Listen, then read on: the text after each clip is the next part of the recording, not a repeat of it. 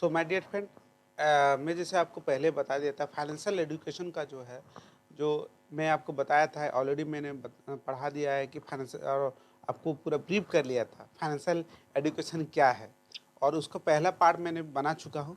तो आज जो है मैं सेकंड पार्ट बनाने वाला हूँ, जो फाइनेंशियल एजुकेशन, जो SEBI security exchange board of India government organization है, और NISM जो है national security institute of security management market, ये बड़ा ऑर्गेनाइजेशन गवर्नमेंट का है, जो कि इन लोग का मेन प्रोग्राम है कि इन्वेस्टर अवेयरनेस है, और जो है कि फाइनेंशियल जो है नॉलेज को बढ़ाना है। This are the main motto of this two organization. जो इसके लिए मैंने बहुत सारे, मैं पहले बताया मैं एक कॉस्ट अकाउंटेंट हूँ, ठीक है, गवर्नमेंट में जॉब कर रहा हूँ, प्लस मेरा जो है कि मैंने CS किया है, MBA किया हुआ है, और लॉ भी कर चुका हूँ मैं, और M.Com किया हुआ, सेबी और NISM का सर्टिफाइड ट्रेनर हूँ।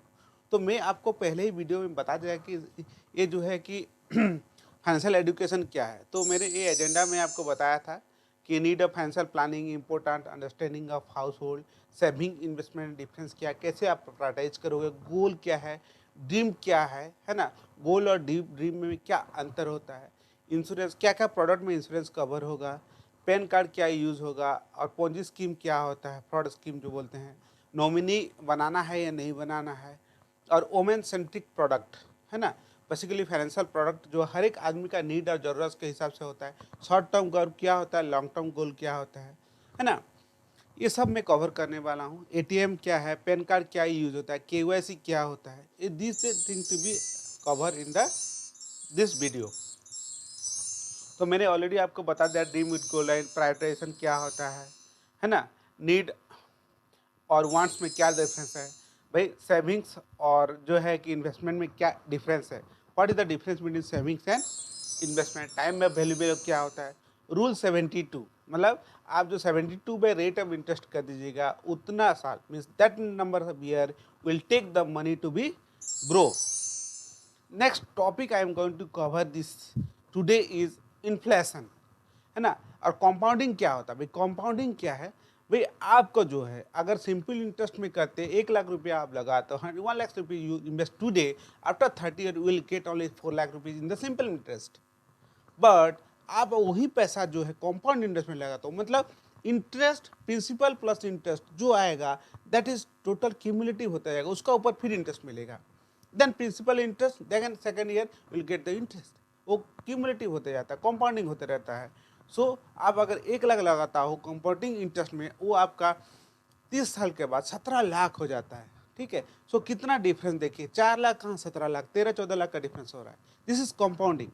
तो आपको ये समझना पड़ेगा, आप पैसा जहाँ लगा रहे हो वहाँ कंपाउंड इंटरेस्ट दे रहा है कि नॉट कंपाउंड में, आप लोन ले रहे हो, बैंक का लोन ले रहे हो, तो क्या सिंपल इंटरेस्ट या कंपाउंड इंटरेस्ट है, आपको पूछना पड़ेगा। If you are not able to ask, आप भूल गए उसको पूछना, या आप नहीं पूछे, तो आपका ये लॉस हो जाएगा। सो आपको ये जानना पड़ेगा, फाइनेंशियल एजुकेशन जो है आपको बहुत ही ज़रूरी है।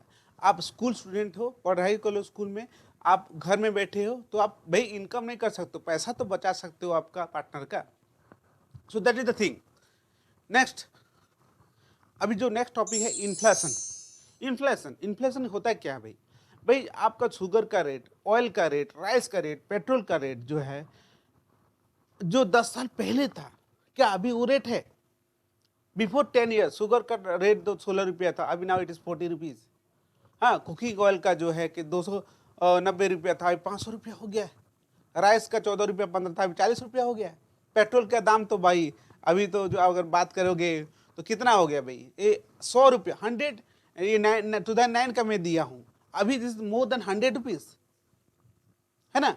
तो देखिए ये इन्फ्लेशन है, means the price what you have paid 10 years back and in the future it is different. तो आपको इसका भी फैक्टर लेना पड़ेगा, you need to consider this factor while you are doing your planning. Financial planning जब करते हो तो all this factor to be considered. तो इन्फ्लेशन इफेक्ट क्या है, the inflation effect on the investment, आप पैसा लगा रहे हो, so inflation is the greater fair by the investor because the it way to value your invest, है ना। इन्फ्लेशन इफेक्ट, भाई इनिशियल इन्वेस्टमेंट आपने 1,000 का किया है, इंटरेस्ट आपको मिल रहा है 5% में, तो नेक्स्ट ईयर आपको मिलेगा 1050 मिलेगा। अगर 6% हुआ तो 1060 मिलेगा। बट आपका जो है वैल्यू कितना रहा है, तो आपको इसको बोलते हैं इन्फ्लेशन, है ना। आपका खर्चा जिस तरह बढ़ रहा है, आपका इन्वेस्टमेंट जो है उससे ज़्यादा रेट में बढ़ना चाहिए।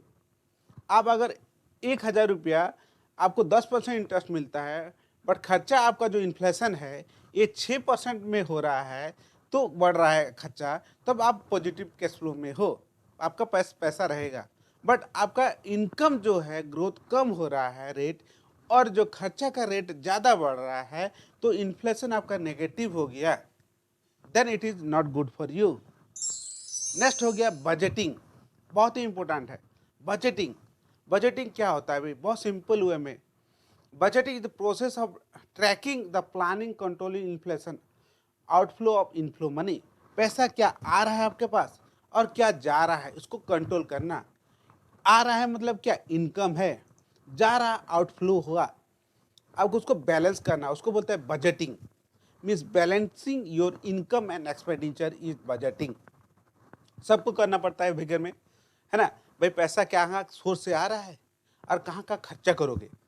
सो what the source of income, what is the expenditure. Then benefit of budgeting, क्या बेनिफिट है बजटिंग का, व्हाट आर डिफरेंट बेनिफिट। भाई क्यों करते हो बजटिंग, क्या बेनिफिट आपको मिलेगा। पहले check your balance to prevent the over spending. भाई ना बहुत ज़्यादा खर्चा ना कर दो। अभी देखो पहले क्या आपके पास कैश लेके जाते थे, अभी क्या होगा, गूगल पे आ गया, बहुत सारे ऐसे जो है कि यूपीआई मोड आ गया, भीम ऐप हो गया, बहुत सारे ऐसे हैं जो कि उससे क्या स्पेंडिंग बढ़ गया है। The expenditure has been increase much more. तो जो बजटिंग करोगे तो इससे कंट्रोल हो सकता है। On expected need for fund, जरूरत में किसी का एक्सीडेंट हो गया, इमरजेंसी में किसी को आपको देना पड़ा, शादी आ गया, फिक्स कर रहे थे आप दो साल बाद शादी होगा, बट जो फिक्स हो गया शादी 1 साल पहले, अनएक्सपेक्टेड एक्सपेंडिचर आ गया।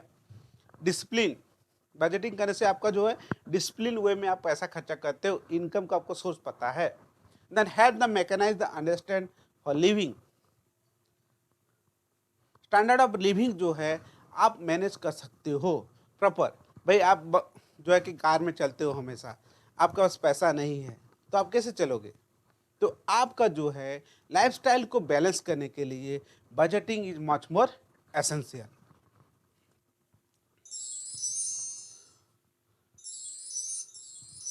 Then steps of budgeting, what are the different step of budgeting, कैसे आप बजटिंग करोगे, बहुत ही इंपॉर्टेंट है। Calculate your income, what is your income, क्या क्या सोर्स ऑफ इनकम है भाई, कहाँ से पैसा आएगा। Then determine your bill of essential, means क्या क्या आपका खर्चा है, एक्सपेंडिचर क्या क्या रहेगा। देन नोट डाउन योर डेप्ट, क्या किसको किसको पेमेंट देना है, उधारी लिया था आपने, पेमेंट देना है ना। या आप जो है कि एक्सपेंडिचर का लिस्ट बनाना है, भाई तेल वाले को देना है ना, जो आप लिए से किसी से उधारी में तेल, है ना, या दूध लाए हो, भाई भाई बच्चे का एजुकेशन का फी पे करना है ना। और जो लाइबिलिटी आपने लिया है किसी से। डिटरमाइन योर बिल और एसेंशियल, भाई इलेक्ट्रिक बिल देना है, वाटर बिल देना है, रेंट देना है, ईएमआई भरना है कार का, हाउस का। तो this expenditure need to check down. Then calculate your saving, और ये भी और इम्पोर्टेंट पार्ट एक होता है, that is called not essential और एसेंशियल बिल। आप जो खर्चा को आप अवॉइड कर सकते हो, है ना, नॉन एसेंशियल है, भाई पेमेंट डेफर कर सकते हो तो अच्छा बात है, 1 महीना बाद पेमेंट कर दो अगर आपका कैश परमिट नहीं कर रहा है। और ऐसा जैसे है इंश्योरेंस का प्रीमियम है, पहले कर दोगे तो आपको कम पेमेंट पड़ेगा, तो आप पैसा है आपके पास तो आप पेमेंट कर सकते हो प्रायोरिटी, आपको एक्सपेंडिचर कम लगेगा, है ना। भाई साल का बजट है, मंथली बजट प्लान कर सकते हो, budget can be prepare monthly wise और weekly wise, year wise budget कर सकते हो। And you need to compare what is your actual, what is budgeted, आपने क्या सोचा था और क्या हुआ, तो आप अपना पैसा को प्रॉपरली मैनेज कर सकते हो। You can manage your fund, you manage your money, भाई time is equal to money, that money have to, you have to balance. Then there are 3 pillars of investment, बहुत ही important topic है। So what are the 3 pillars of investment? First is safety, second invest that liquidity, third is growth. So what does it mean? Three pillar of investment. So what is safety? Safety meant getting your principal money back. ये हो गया safety. आप जितना पैसा लगाए हो उतना पैसा मिल जाना चाहिए, that is safety. Then liquidity, liquidity मतलब whenever you need the money you will get the money, that is liquidity.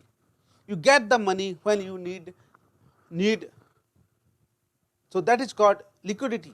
Then growth, growth मतलब क्या होता है?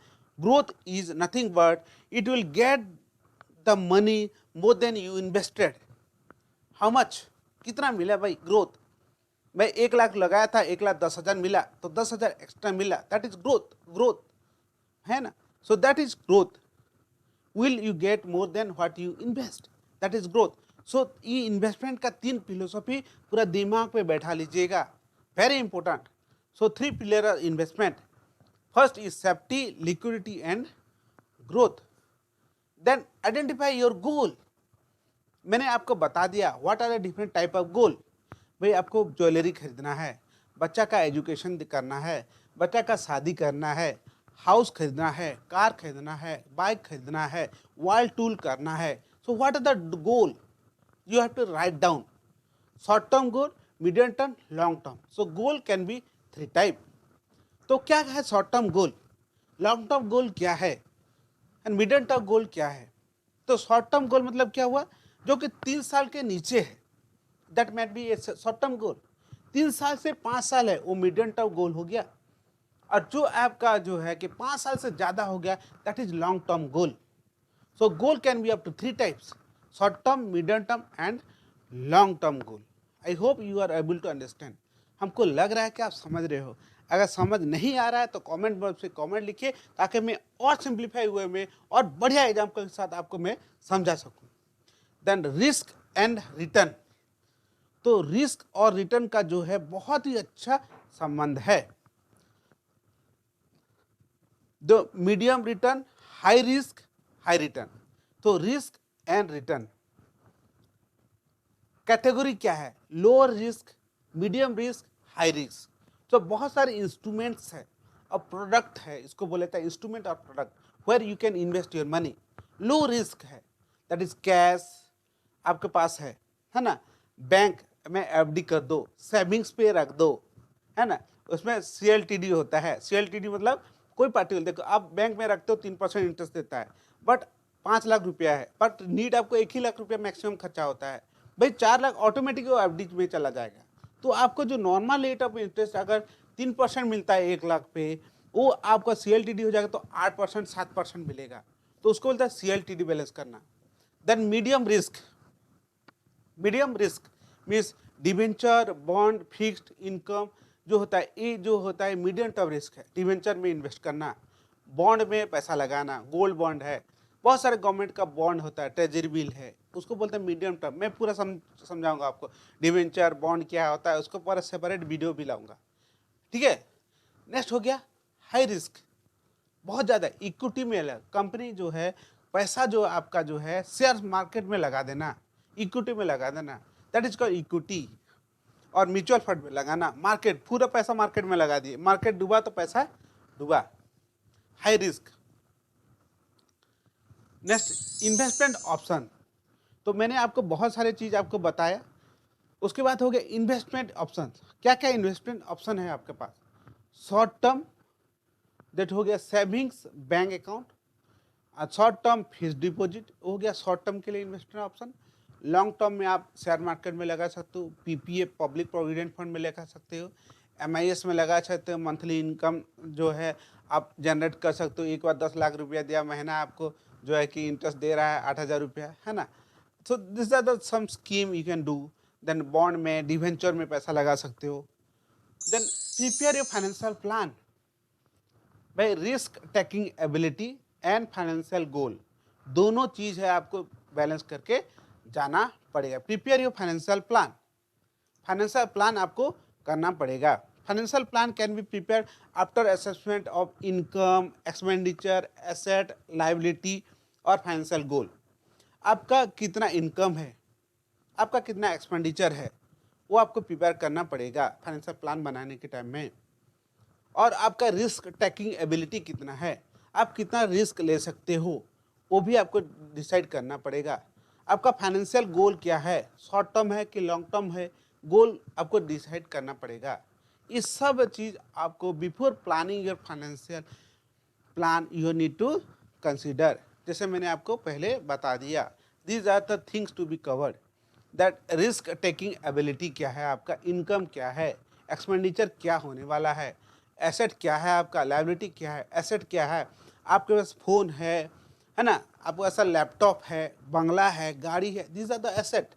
लायबिलिटी मतलब क्या, आपको किसको देना है पैसा, दैट इज लायबिलिटी। भाई उधारी से पैसा लिए हो, पैसा देना है ना, लायबिलिटी आपको है। अभी कोई आपको हेल्प किया है, उसको भी फिर आप हेल्प करोगे, लायबिलिटी है आपका।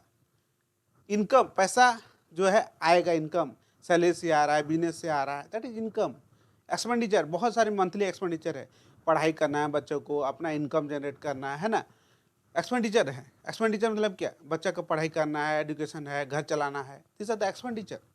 तो risk taking ability, so important part of the preparation financial planning के assessment your risk taking ability, आप कितना रिस्क ले सकते हो। Then understanding the risk taking ability, income क्या है, एसेट क्या है, बहुत ही इंपॉर्टेंट है। Role of individual risk taking ability, individual का रिस्क टेकिंग एबिलिटी बहुत ही इंपॉर्टेंट है। Then return, risk and return, don't put your all invested in single scheme.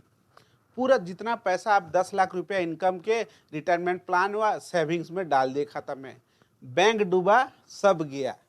ये आपको पता है कि नहीं बैंकिंग रेगुलेशन का।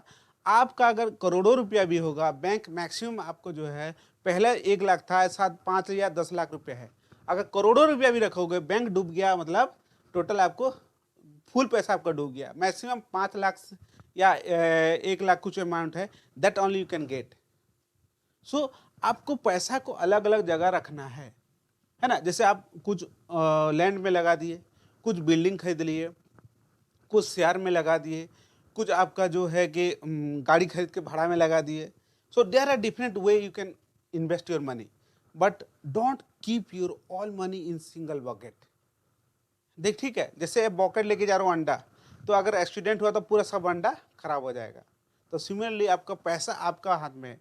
सो आपको जो है कि एक जगह पैसा नहीं रखना है ना, ज़्यादा डाइवर्सिफाई भी नहीं करना, it should be reasonable. The risk and return, higher the risk higher the return. So risk बढ़ेगा तो रिटर्न भी बढ़ेगा, no risk low return. Manage your risk, आपको रिस्क को समझना पड़ेगा, है ना, आपको रिस्क को समझना पड़ेगा। Higher risk higher the return, don't do not mean that taking more risk is one of the assure higher return. बहुत ज़्यादा रिस्क लेगो हायर रिटर्न में, ये भी नहीं करना है आपको, ठीक है। सो आपका लोअर रिस्क लोअर रिटर्न, सो आपको जो है इसको सेटिस्फाई होना पड़ेगा। कम रिस्क लोगे कम रिटर्न मिलेगा, सेटिस्फाई होना पड़ेगा। You should satisfy your self, lower risk lower return, higher risk higher. आप इक्विटी में लगा रहे हो, पैसा लगा दिए भाई मार्केट में, मार्केट क्रैश हो गया, 2008 का मार्केट सिनारियो जा सकते हो, अभी रिसेशन चल रहा है, पैसा डूब जाएगा आपका। तो इसीलिए आपको बैलेंस लाइफ जीना है, पैसा को इन्वेस्ट करना है। Then asset allocation strategy, asset allocation time frame, भाई समय बहुत ही इंपॉर्टेंट है। Risk tolerance, then personal circumstances, भाई सबका जो है रिस्क टेकिंग एबिलिटी अलग अलग है ना, सबका रिस्क जो है टेकिंग अलग अलग है।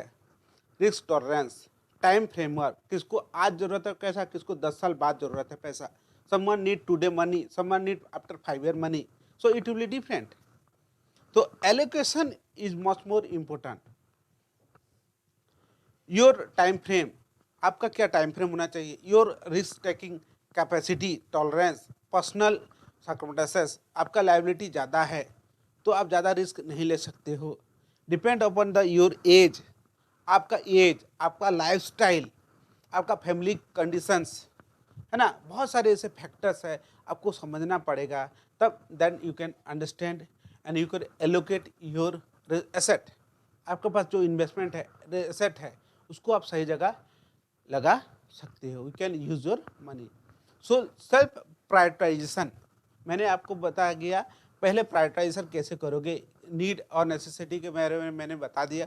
आप नहीं देखे तो पहला वीडियो देख लेना, ठीक है। तो फाइनेंशियल गोल क्या है आपका, एसेट क्या क्या होना चाहिए, एस्टिमेट फ्यूचर एक्सपेंडिचर क्या हो सकता है, estimate future income, then what is your liability, all this to be you need to consider. आपको सबको ये समझना पड़ेगा। तो self prioritisation help you to know whether exactly where you are standing financially. Self assessment मतलब आपका position अभी क्या है, that is self assessment. What is your liability, what is your asset, आपके पास पैसा कितना है और क्या क्या खर्चा कर सकते हो। सेल्फ असेसमेंट बहुत ही एसेंशियल है। Then your financial goal, your asset, your liability, estimate your future income, estimate your future expenditure, है ना, फ्यूचर में क्या खर्चा करने वाले हो, फ्यूचर में क्या क्या इनकम आने वाला है, ये सब आपको एसेस करना पड़ेगा, सोचना पड़ेगा, समझना पड़ेगा, दिमाग को बत्ती जलाना पड़ेगा। Then very important thing is that let's start with the investment related product. अभी हम लोग जो इन्वेस्टमेंट रिलेटेड प्रोडक्ट में का बारे में बात करेंगे। What are the different investment related product, क्या है। पहले bank deposit, savings invest, bank deposit savings में कर सकते हो, एफडी कर सकते हो, आरडी कर सकते हो, रिकरिंग डिपॉजिट, टीडी कर सकते हो, है ना। गवर्नमेंट स्कीम में जैसे आपका पीपीएफ हो गया, एनएससी हो गया, है ना, ईएलएसएस हो सकता है ना। बहुत सारी स्कीम है गवर्नमेंट का, आप पैसा लगा सकते हो। इसका अलग से मैं वीडियो बना दूंगा, ठीक है। If you want a separate video on this particular product, तो वो भी मैं एक्सप्लेन करके आपको इंडिविजुअली कितना साल के लिए होता है, क्या बेनिफिट मिलेगा, क्या डिसएडवांटेजेस है, वो मैं बना दूंगा। आप कमेंट बॉक्स पे कमेंट लिखिएगा, ठीक है। देन बॉन्ड एंड डिवेंचर, भाई सेविंग्स रिलेटेड, भाई बॉन्ड और डिवेंचर कर रहे हो तो सेविंग्स है या इनकम रिलेटेड कर रहे हो। देन कंपनी का फिक्स डिपॉजिट, बहुत सारे कंपनीज आते हैं वो फिक्स डिपॉजिट का स्कीम लेके आते हैं। You can invest your money in that particular scheme. Mutual fund में इक्विटी का कर सकते हो, है ना, डेप्ट में इन्वेस्ट कर सकते हो, इक्विटी प्लस डेप्ट में कर सकते हो। बहुत सारे आप एसेट जो है आपका इन्वेस्टमेंट कर सकते हो, कंपनी वाइज कर सकते हो, है ना। सो एंड और क्लोज स्कीम म्यूचुअल फंड के बारे में जानना है। एडवांटेजेस क्या है, ट्रांसपेरेंसी है, लिक्विडिटी है ना, ब्रोकरेज चार्जेस है, डाइवर्सिफाइड है, पोर्टफोलियो मैनेजमेंट है, इक्विटी शेयर्स है, ये सब आपके बारे में आपको जानना पड़ेगा। This are the thing you need to understand. तो सेविंग इन्वेस्टमेंट रिलेटेड प्रोडक्ट में बताया, बैंक डिपॉजिट है, एफडी है, गवर्नमेंट स्कीम है, एनएससी जो है आपका पेंशन स्कीम है, बहुत सारे पीपीएफ है, ईपीएफ है, डिवेंचर है, non convertible debenture, convertible debentures अलग अलग हैं, फिक्स डिपॉजिट है, म्यूचुअल फंड है ना। सो म्यूचुअल फंड का भी बहुत अलग अलग स्कीम होता है, डेप्ट है, इक्विटी है, टैक्स हैवी म्यूचुअल फंड है ना। देन इक्विटी शेयर में कंपनी का शेयर खरीद लिया आप, you are the owner of the company, that you can invest your money. Next is financial planning. So next financial pyramid, भाई lower risk, low risk आपको बढ़ते बढ़ते जाता है।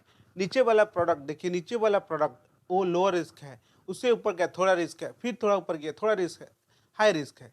तो जैसे आप नीचे में देख रहे हो पोस्ट ऑफिस सेविंग स्कीम देख रहे हैं, तो post office saving scheme, fix deposit, NSC, है ना, के वीपी, सर्टिफाइड डिपॉजिट, ये सब लो रिस्क है, थोड़ा ऊपर दे है। बैलेंस म्यूचुअल फंड हो गया, पीएसयू में बॉन्ड लगा सकते हो, कॉर्पोरेट फिक्स डिपॉजिट में कर सकते हो, ये थोड़ा रिस्क इससे बढ़ जाता है। ब्लू चिप कंपनी में लगा रहे हो, रियल स्टेट में, जैसे आप लैंड का जमीन खरीद रहे हो, बेच रहे हो, लैंड्स के ग्रोथ म्यूचुअल फंड में कर रहे हो, दैट इज कॉल्ड। तो आपका रिस्क जैसे बढ़ रहा है। देन कलेक्टिव इन्वेस्टमेंट स्कीम हो गया आपका, बॉन्ड में म्यूचुअल फंड में लगा रहे हो। और सबसे हाई रिस्क है, सबसे ज़्यादा रिस्क है आपका कमोडिटी मार्केट में। और पेनी स्टॉक, पेनी स्टॉक जो है बहुत ज़्यादा रिस्क है, पैसा कमा भी सकते हो, डूब भी सकते हो, है ना। सो बहुत ही हाई रिस्क है कमोडिटी मार्केट में, है ना। ऑप्शंस है ना, और वो बहुत सारे अलग स्कीम है So if your risk is higher, your return will be higher. If risk will be lower, you need to satisfy yourself. तो फाइनेंशियल पिरामिड आपको ये समझना पड़ेगा, बहुत ही इंपॉर्टेंट टर्म है. देन प्रोटेक्शन रिलेटेड प्रोडक्ट है ना. तो बहुत सारे ऐसे प्रोडक्ट है जो कि आपको प्रोटेक्शन दे सकता है. अब हमेशा ये करना, कार का इंश्योरेंस जरूर करना है ना, ये भी आपका बहुत ही जरूरी है. कार का, बाइक का इंश्योरेंस, घर का इंश्योरेंस है ना, सोना का भी इंश्योरेंस कर सकते हो, कुछ भी चीज़. फायर, देन हाउस फायर हो गया, चोरी का इंश्योरेंस आप कर सकते हो. हेल्थ रिलेशन है ना, फैमिली का हेल्थ इंश्योरेंस कर सकते हो. टर्म प्लान ले सकते हो है ना, हेल्थ इंश्योरेंस, हॉस्पिटल पॉलिसी वगैरह कर सकते हो. क्रिटिकल इंश्योरेंस जैसे कैंसर हो गया है ना, कोविड हो गया, क्रिटिकल इलनेस प्लान कर सकते हो है ना. और फिर स्पेसिफिक कंडीशन जो है कवरेज हो गया, लाइफ इंश्योरेंस ले सकते हो, टर्म इंश्योरेंस ले सकते हो, एन्युटी प्लान, यूपीआई ले सकते हो, एनपीएस वगैरह plan. Hello. So my dear friend, जैसे मैंने बोला इंश्योरेंस रिलेटेड प्रोडक्ट, जैसे मैंने आपको बताया कार का इंश्योरेंस जरूरी है, घर का हेल्थ का इंश्योरेंस है ना, hospitalisation facility, critical illness, life insurance, term insurance, annuity plan, ये सब आप कर सकते हैं. These are the most important product in the life. आप अगर अपना पर्सनल इंश्योरेंस नहीं करते हैं तो फ्यूचर में एक्सीडेंट हो जाता है, आपका फैमिली का क्या होगा. आप टर्म प्लान किए होते हैं तो आपको 1 करोड़ रुपया मिलेगा आपका डेथ के बाद, आपका फैमिली के लिए प्रोटेक्शन हो सकता है ना. क्रिटिकल इलनेस भी हो सकता है, भाई आपको कोविड हो गया, आपका सपोज कैंसर हो गया, इन दैट केस आपका सेविंग्स जो है कि वो आपका यूज हो जाएगा आपका करंट सिचुएशन को मीट करने के लिए. बट आप इंश्योरेंस प्लान लेके रखे होगे तो आपका करंट का पैसा यूज नहीं होगा, आपका जो पैसा जो इनकम कर रहे हैं वो यूज नहीं होगा. फ्यूचर के लिए आप पैसा रख सकते हो. शादी के लिए जो एसआईपी कर दिए हो, बच्चे का पढ़ाई के लिए आप एसआईपी कर दिए हो, so it will help your future better. आपका जो है इन्वेस्टमेंट में कोई जो है कि फ्यूचर जो है कि प्रॉब्लम नहीं आने वाला है, पैसा के रिलेटेड कोई प्रॉब्लम आने वाला नहीं है. Some other thing I am going to cover in the next. Borrowing related product क्या क्या है. So these are the some of the borrowing related product. क्या क्या बोरोइंग रिलेटेड प्रोडक्ट है, जैसे हो गया पर्सनल लोन, इंटरेस्ट रेट जैसे हो गया 12 से 18% है, non advisable except emergency requirement, car housing loan, bank finance 70-80% priority है, मिनी लॉकर आप कर सकते हो बैंक में 3 से 4 साल के लिए, health penalty charges repayment, recovery of mortgage, loan against security आप ले सकते हो. So this is borrowing related product. ये सब क्या है, बोरोइंग रिलेटेड प्रोडक्ट. जैसे पर्सनल लोन है ना, इंटरेस्ट रेट जो है 14 से 18% आप जो है ले सकते हो है ना, बैंक से लोन लेके अपना काम कर सकते हो. हाउसिंग का लोन ले सकते हो, भाई टैक्स बेनिफिट आपको मिलेगा है ना. बैंक फाइनेंस जो है 70 से 80% प्रॉपर्टी का आपको मिल जाता है ना. क्रेडिट कार्ड का आप यूज कर सकते हो, लोन रिलेटेड प्रोडक्ट. नेक्स्ट हो गया, हम नेक्स्ट ये में कवर करेंगे पैन कार्ड क्या है, केवाईसी क्या है, all the product, Ponzi scheme क्या है, कौन कौन सा एजेंसी है. सो थर्ड वीडियो में मैं ये कवर करने वाला हूँ. सो मैंने आपको पहले ही बता दिया था, बहुत ही इम्पोर्टेंट थिंग है ये आपका. तो मीनिंग आपको बता दिया, फाइनेंशियल प्लानिंग बता दिया, हाउस होल्ड क्या है, सेविंग स्कीम क्या है, इंश्योरेंस कवर क्या है, पैन कार्ड के बारे में मैं बताऊंगा आपको, पॉन्जी स्कीम क्या है, नॉमिनी है ना, केवाईसी क्या है, ये सब डिटेल बारे में आपको पढ़ाऊंगा नेक्स्ट टाइम में. देन हाउस वाइफ के लिए रिलेटेड क्या क्या स्पेसिफिक प्रोडक्ट है, एडमिनिस्ट्रेशन फाइनेंशियल एजुकेशन वगैरह में बताऊंगा. I hope this video make you more helpful. अगर अच्छा लगे तो kindly do shares and subscribe the channel, share your relative friends so they can more benefit.